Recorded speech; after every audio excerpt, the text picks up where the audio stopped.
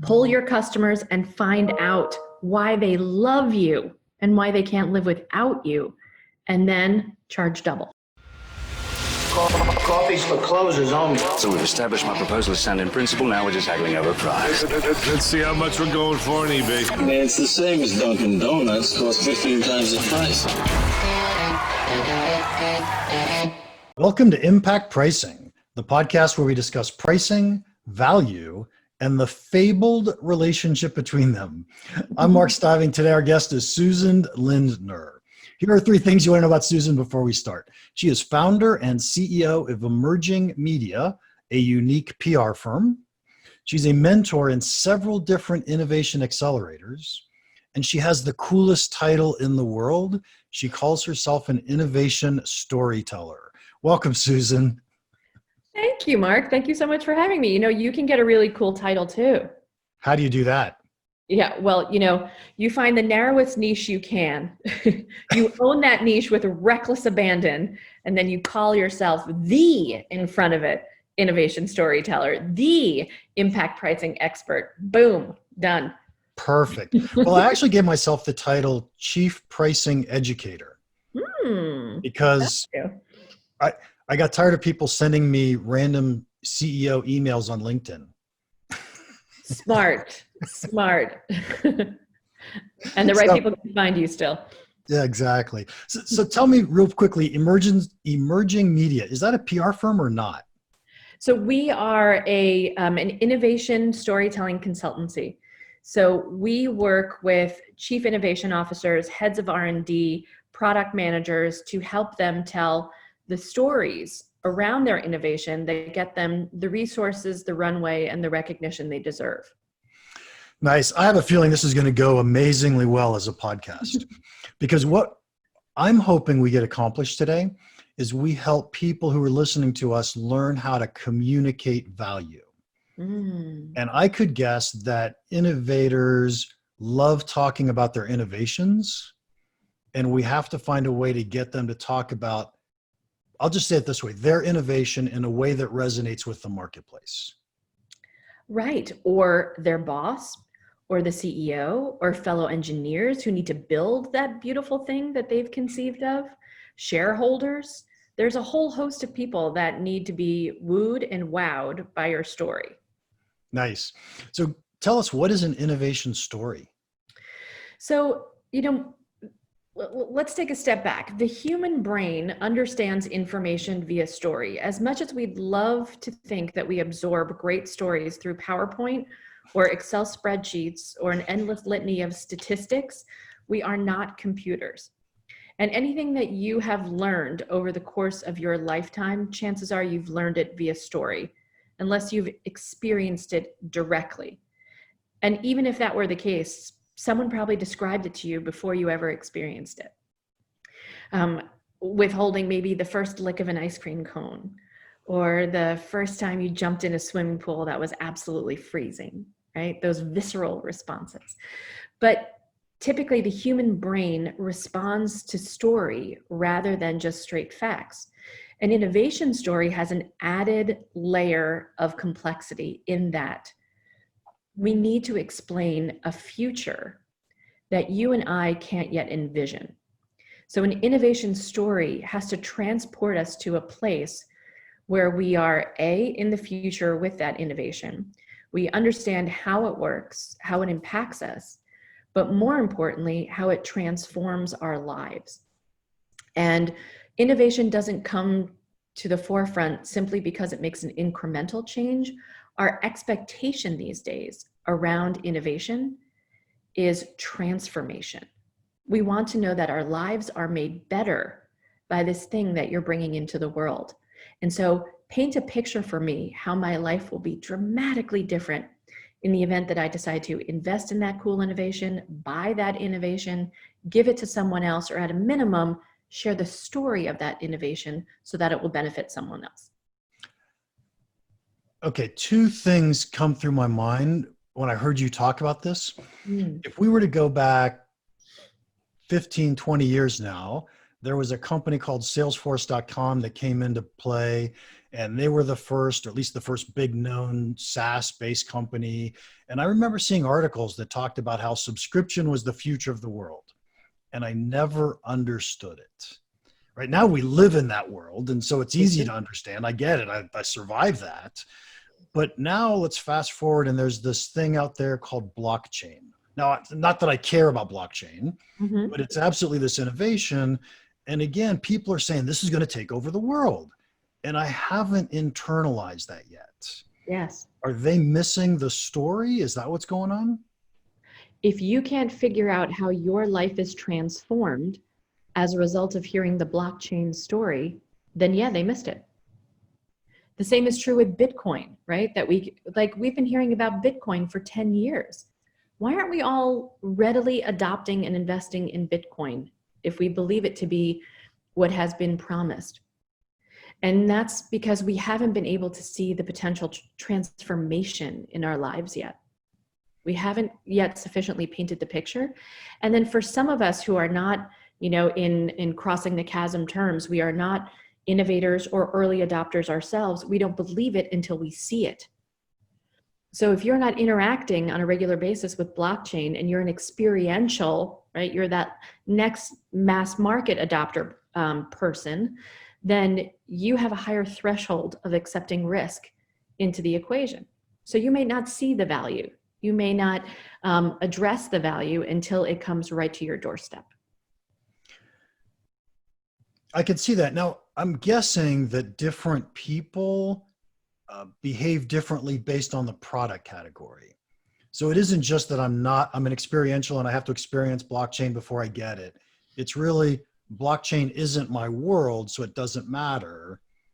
But maybe I have to be experiential there, but in something that I'm cutting edge on or I know a ton about, I don't have to be experiential. I can think through what the future looks like in that space. Does that make sense or no? Yeah. And you're right. If it doesn't impact you, if it's not hitting your industry, I can remember back in 2000, companies were coming to me and saying, do I really need a website? And the question was, well, let's take a look at where your target market is. Do they conceivably want to shop online in the future? Do they conceivably want to get to know you or will look for information about you online in the future? And many, many companies said no. Right? Even those who are actively investing in technology might not have seen the future of the website as part of their own marketing. So yeah, it takes a while for this to saturate into our very thick coconut brains. Yes. I can also imagine the other challenge that you have when you deal with innovation like this. The challenge you have is I could tell the story of a flying car, but the question is, does it ever really become reality? Right? There's so much that has to happen for it to be true and ubiquitous and the story to truly come true, even if I could understand and love the story. Yes, there are other factors involved in market adoption, right? That makes the trueness real for us. So the difference between seeing the Jetsons and actually now seeing Tesla being the number one, having the highest car sales of any car manufacturer in the state of California, right? Who could have believed that? I test drove an electric car in 1994 in Thailand. That it has taken us this long and that external forces have been at work on the electric car industry to block the adoption, right? There are forces at work against innovation, just as there are forces at work that move toward innovation. So yeah, there are things that impede the process of innovation storytelling and our adoption of those stories and the value that those stories can provide. Yeah, this is just so much fun. Do you perceive a difference in B2C businesses versus B2B businesses in storytelling? The depth of the story is different. So for example, when I'm at Corning Glass and I'm having a conversation with fractologists, I didn't know what a fractologist was, true confessions, before going to Corning. A fractologist is a PhD in how to break stuff. Nice. It's the angle at which, these are the folks who determine the angle at which your head hits the windshield, whether it should break, fracture, pop out, or kill you, right? These are, so the story that we want to have, or fractologists want to have, is at the electron, proton, and neutron level. And also doesn't connect when you're trying to sell auto glass to a car manufacturer, right? We have to have conversations that actually resonate with the car as opposed to the electron level. On the B2C side, it's more digestible, the information that we need. It needs to be a little bit more superficial rather than so scientific. However, there are times when that value, right? If we're selling nutrition products, if we want to understand what gluten-free is really about, we may want to hear tastes great, less filling, but also can supercharge my day, can give me a select number of minerals and vitamins and whatever that nutritional information is that might serve me as a customer for those people who want to get very granular and those people who want to stay at just core benefit. So I think it's a little bit different in that it has to appeal to our five senses more so than it has to appeal to our intellect or our gut. Yeah, that's kind of what I would have thought too, but it's nice to hear you say that. Here to confirm. Yeah. Or to teach or just correct me, your choice. How do you go about coaching a company on building a story?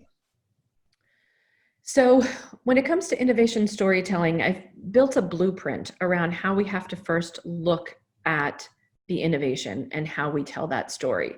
So if I can run you through those 5 steps, maybe that would be helpful to your listeners too. Sure. Can we do it quickly? Sure. So step number 1 is history, right? We have to come to a common ground with the person that we're telling the story to. So first and foremost, you have to know that the listener of your story is the hero of the story, not you, not the person who invented it, not the innovator, him or herself, not the product, but rather the listener is the hero. And we do that by finding common ground, a shared history. If I'm trying to sell you email in 1992, then I'm talking to you about mail that's delivered electronically, right? Because I know what mail is, and now I'm going to explain to you what the electronic side of that is, right? It's mail that comes up on your computer screen. But I'm also going to come from a place of shared values. So I'm going to understand, this is step number 2, is what are the values that we share that are really critical for both of us to move forward together?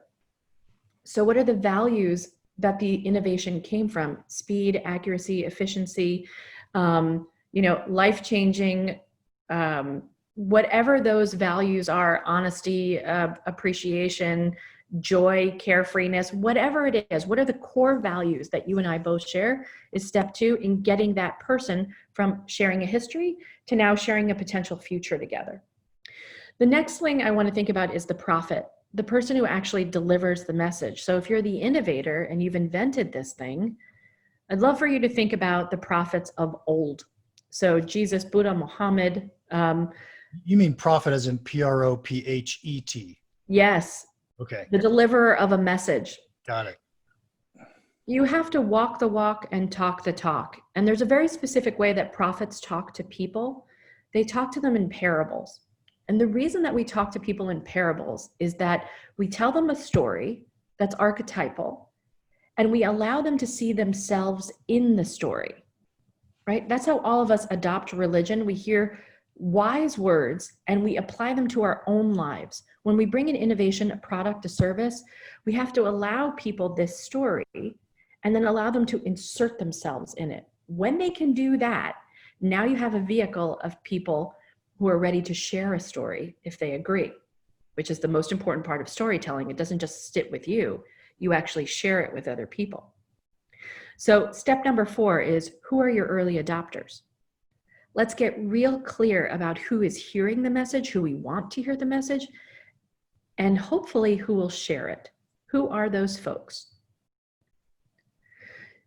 They may not be the loudest people in the room, especially if you're an intrapreneur, let's say, or you're an innovator or product manager inside a company, but who shares your values, your history, who gets the story and says, I want to be part of this team. I want to be part of making this future happen. I can see the transformation thanks to you sharing it with me. And the last is really getting to share the message, right? So what is the message? If we look at the prophets themselves, right? These are folks who went for an eye to turn the other cheek, right? That's a shift. That's a transformation. That's I have a shared history with you, but now I'm leaving it behind. And I'm making the point that we can't do things the old-fashioned way anymore. It will not work. Prophets arise in a particular context, and it's imperative, once we know who our early adopters are, our apostles, right, that we have to point out that the context has changed, and it's time for something new to emerge, and it's here. So there's a way of saying we've burned all boats, we're not going back. We come from this great place, but now we're moving forward. Will you come with me? And so that message is critical. It's the most important step to say, this is the before and the after. And now we're moving forward together. And that's where you get into the opportunity to really build a brand and charge whatever you like.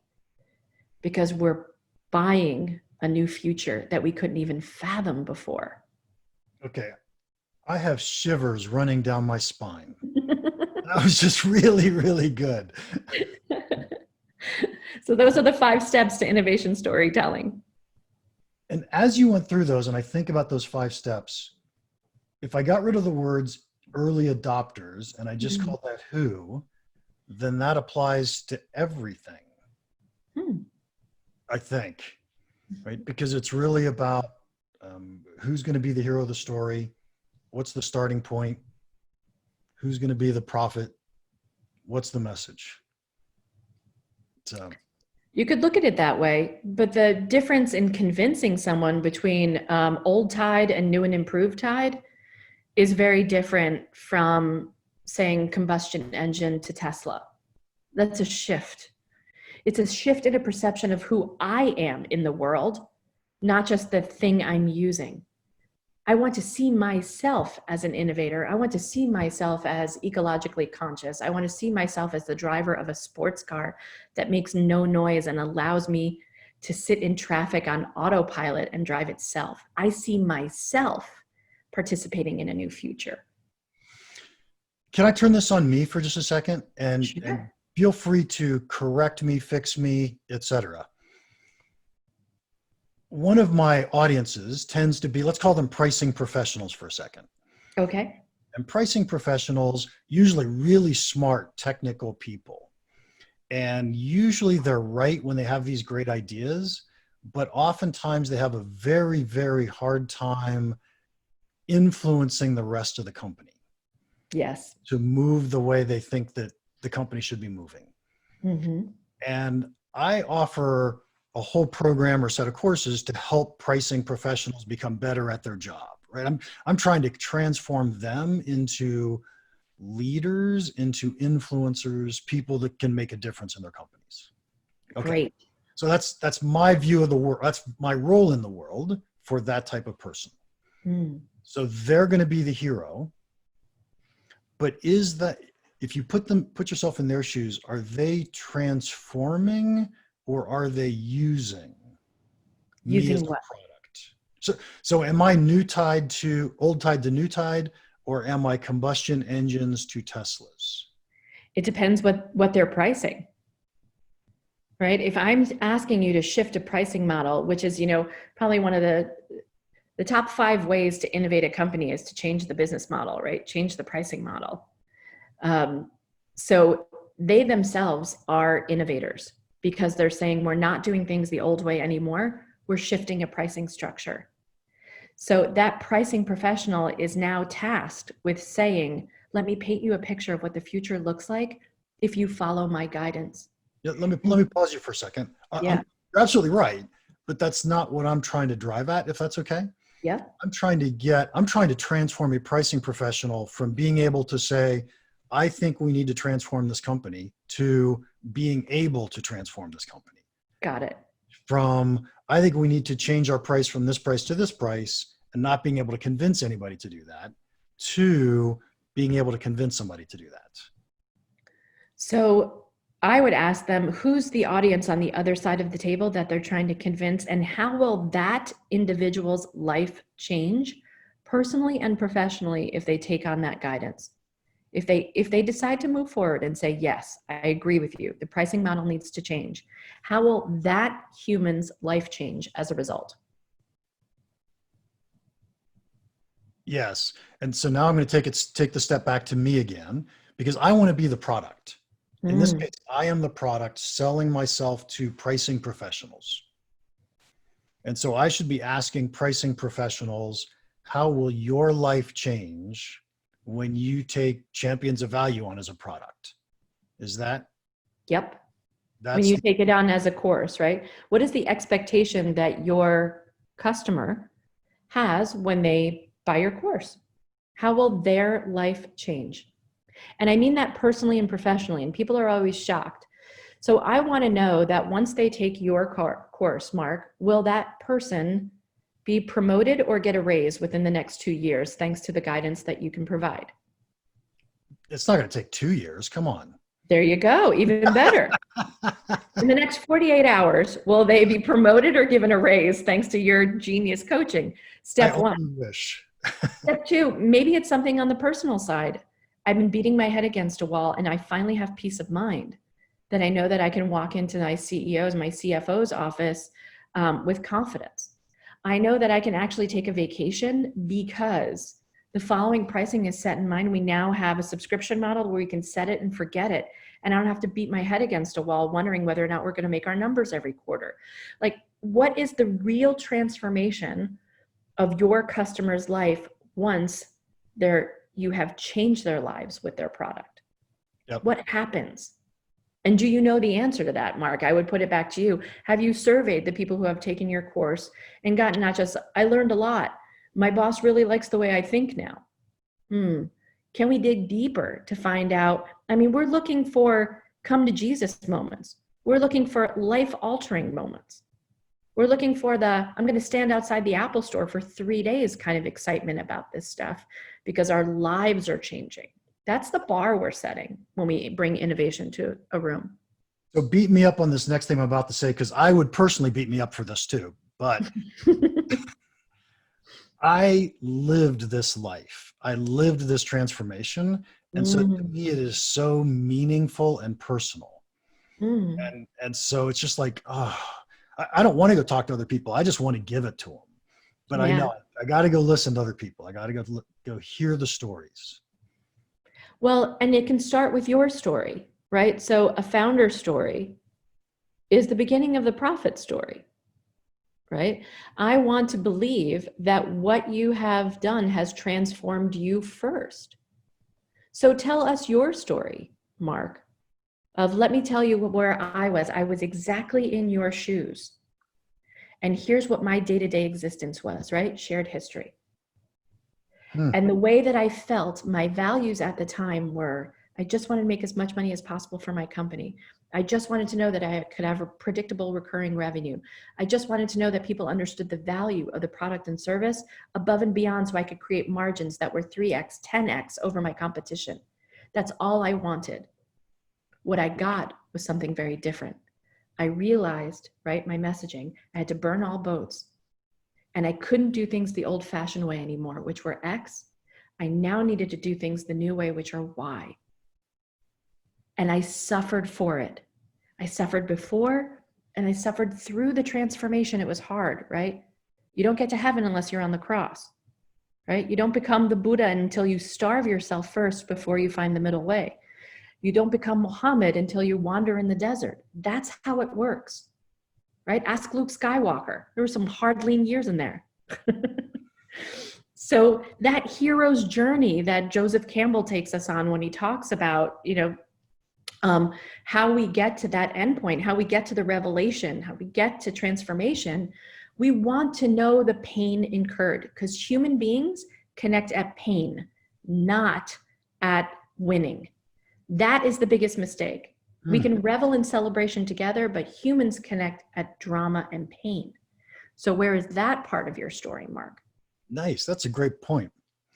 Okay, we're going to have to wrap this up, but I want to share with our listeners this amazing aha I just had.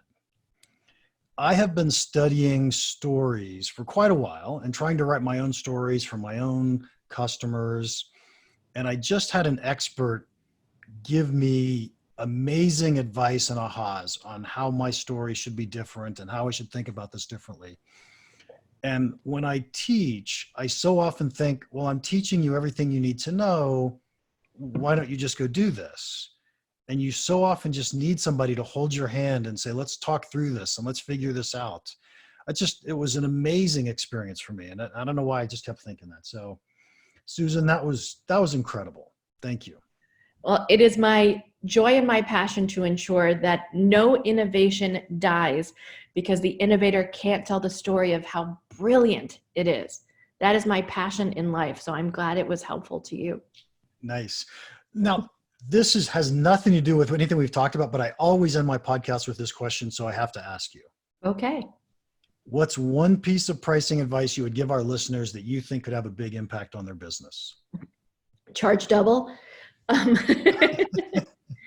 I find in working with startup founders for 20 years is that their pricing is often 2x, 3x lower than it needs to be because they haven't done the homework to find out what is the value at the center of it and what is the story that we can build on to make it even more valuable. So pull your customers and find out why they love you and why they can't live without you, and then charge double. Nice. That was a absolutely brilliant answer. Thank you. All right, Susan, thank you very much for your time today. If anybody wants to contact you, how can they do that? They can go to susanlindner.com. And if they like, for your listeners only, Mark, I would be happy to schedule a free 30-minute innovation storytelling consultation. They can just go to schedulesusan.com. And I will gladly talk with all of your listeners from Impact Pricing and help them craft a better story. It would be my absolute joy. And in September, they can also reach out and get my book, Innovation Storytelling, Get the Resources, Runway, and Recognition You Deserve.